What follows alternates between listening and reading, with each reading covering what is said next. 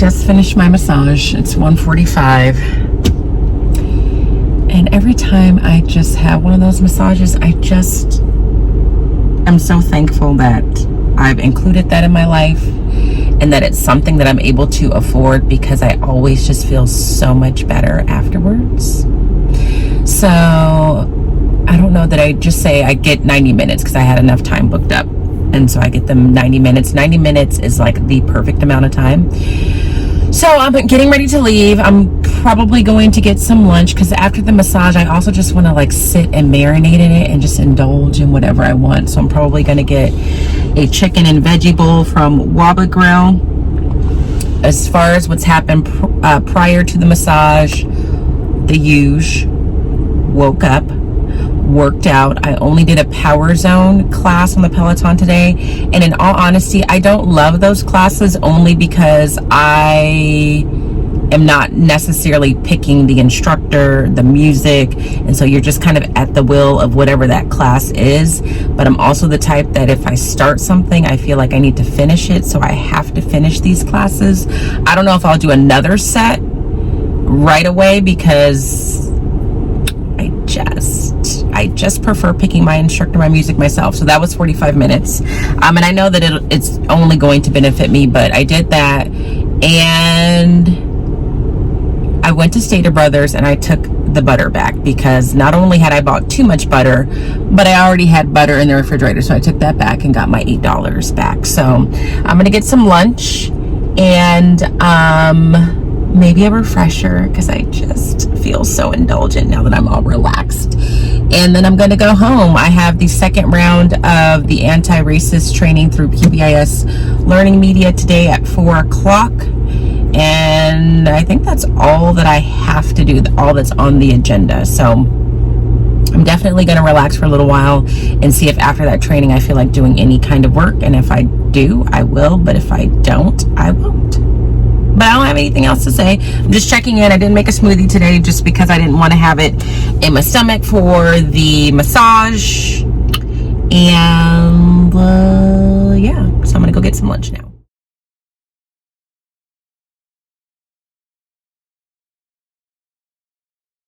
Put pressure on these administrators, and understanding too, because I'm married to an administrator, and so we have a lot of conversations at home, right? But understanding what their pressure is and what it is that they can budge on. But I also know that you apply pressure.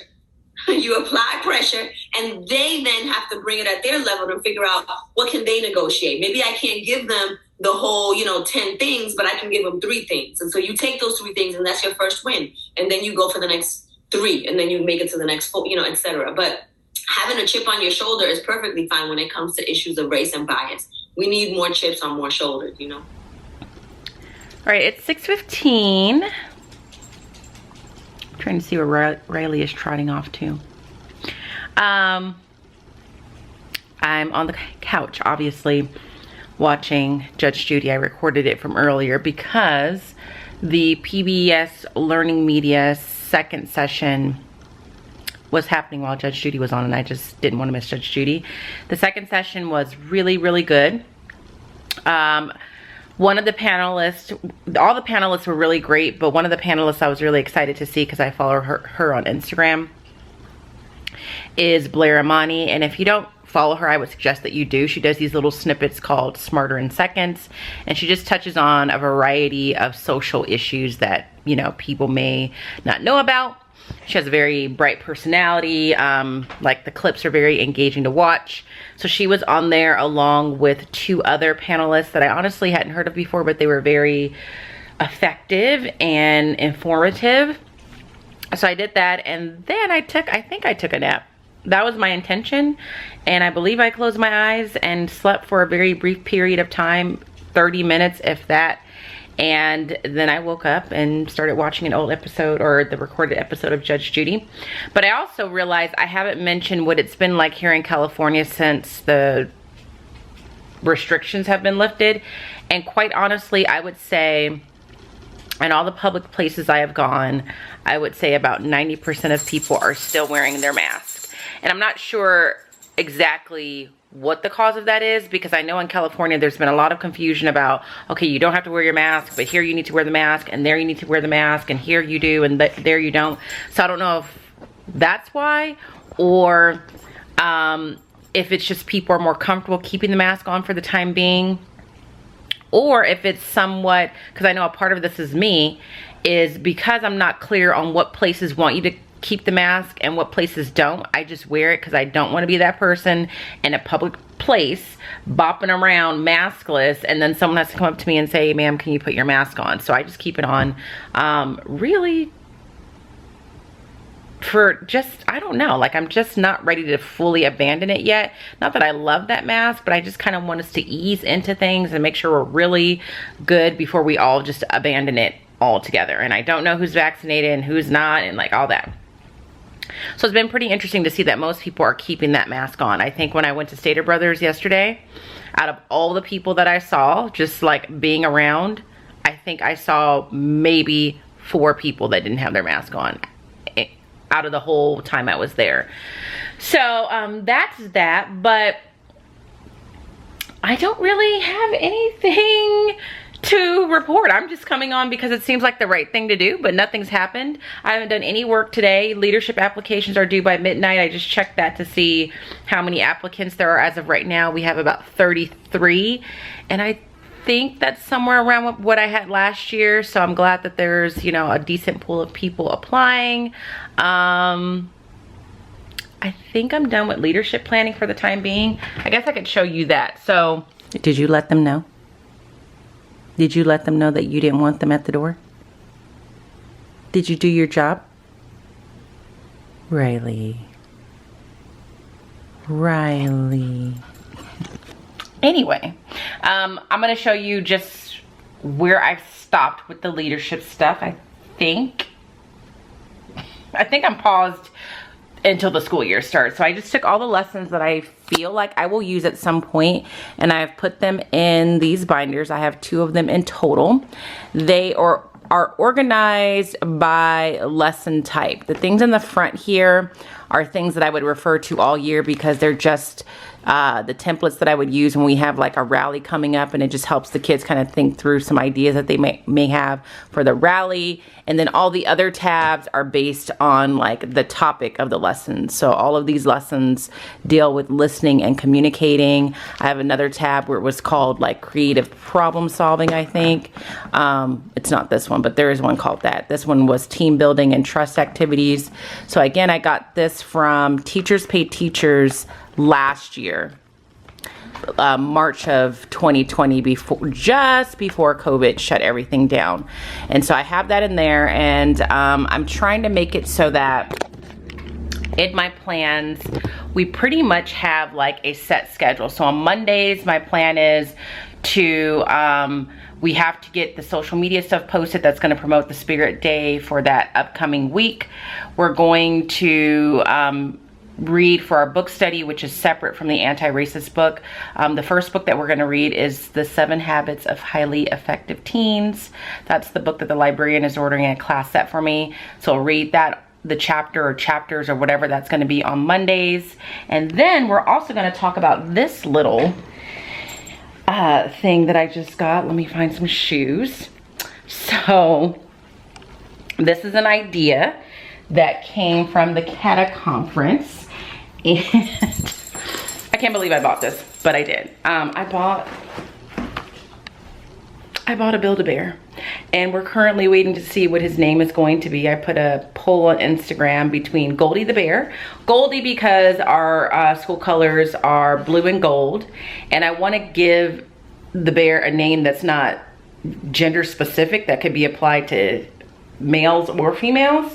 It's either going to be Goldie the Bear or Homie the Bear, which I know sounds like Homie the Clown, and I almost did that on purpose. So on Mondays, well, actually, let me back up. On Fridays, a student will be assigned to take said bear home and just document the weekend they have together.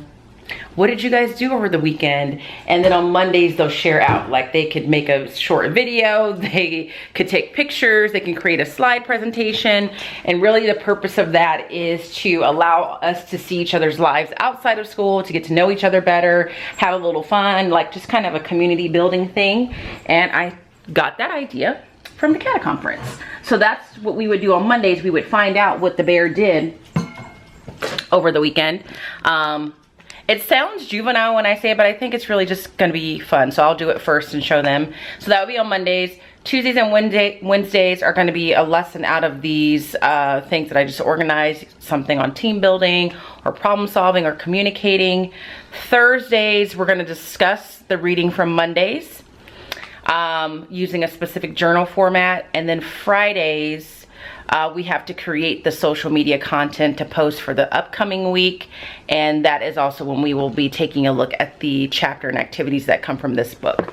So I think for the most part, I'm just gonna pause there because there's so many other things that happen throughout the year. So I just kind of penciled ideas in at different points of the year, but I don't think there's anything else that I can do with that. So I think I'm done there. And if I feel inspired today to work on anything, it would be something related, I think, to language arts is what I would do. So I'm not sure if I'll do that or not, but just to touch on that, because other people, when I talked about, you know, people thinking that I was depressed or overworking myself during the summer, the other thing I wanted to mention yesterday is just to be clear, like I think working is just in my nature. So this is stuff that I want to do. I'm not being forced to do it. And when I don't feel like doing it, I just don't. But I'm also a planner, as I'm sure a lot of you can recognize. And I hate the feeling of feeling like I'm flying by the seat of my pants, especially in relationship to teaching. So anything that I can do to avoid that feeling, I will do. And so I enjoy doing this because in my mind, I'm just setting myself up for a much smoother school year. Plus, I have to be organized with the house system starting next year at my school. And I will be teaching the RSP cluster, which means like time can be limited. Plus, I'll be teaching the leadership class. Plus, I did agree to do contract negotiations. So I'm just trying to set myself up and do things that I know need to be done at my own pace when I have time to do it. So it's not a reflection of me just being a slave to work or not understanding the need for balance in life. But I think if you enjoy what you do and you're really into what you do, working on things doesn't always feel like work. Sometimes it really is just fun for me to kind of think of different ideas and lessons that I can bring into the classroom that I'm excited about. So I'm not gonna do anything else today, aside from what I just mentioned I might do. I'm gonna take my brother out on a WAOK, I think, if it's not too hot. I have leftovers from last night, so I'm gonna eat that. And I think that's it. That's all I have planned. So I'm not gonna close the vlog here, but I know that I won't add much more content to today's vlog, but I just feel like I don't wanna close it just yet. But just checking in, that session, like I said, was really good. And that's it. Oh, the other thing I wanna say before I get off this little clip is this woman's name here. I find this very interesting. Her name is Tanya, and it is spelled Tawnya, which exactly mirrors the way that I spell the second half of my name, Latanya, which makes me wonder, when she walks about in the world, are people not able to say her name? Are they calling her Tawanya? Are they calling her Toya? And I would venture to say, probably not. They probably see that and are able to say Tanya. I think people have a hard time with my name because it's 2 words, and I think they just want to make it more ethnic than what it is, so they want to get extra fancy, and so they start saying all these crazy things. But I think that's the first time I've seen someone spell the name Tanya the way that I spell it. But I wish I could ask her, do people have a hard time saying your name? Because I think that's a very interesting conversation to have. So anyway, I'm gonna close the clip here, and I will close it out a little bit later. Riley. Riley. Riley. Are you embarrassed? You should be. You should be.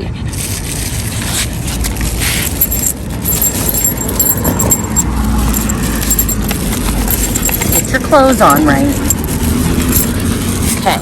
I am just here to close out the vlog for the day. Riley doesn't like people jogging, so he got really upset that a woman was on an evening jog and barked at her to the point where he barked himself out of his harness, as you just saw. So I'm gonna go ahead and end the vlog here. I'm just gonna go home after this and eat my leftovers. If you enjoyed today's vlog, give it a thumbs up. If you're not subscribed, make sure you subscribe. If you're not following me on Instagram, follow me over there. And as always, I hope that you are well, and if you are not well, please be well, and I will see you guys tomorrow.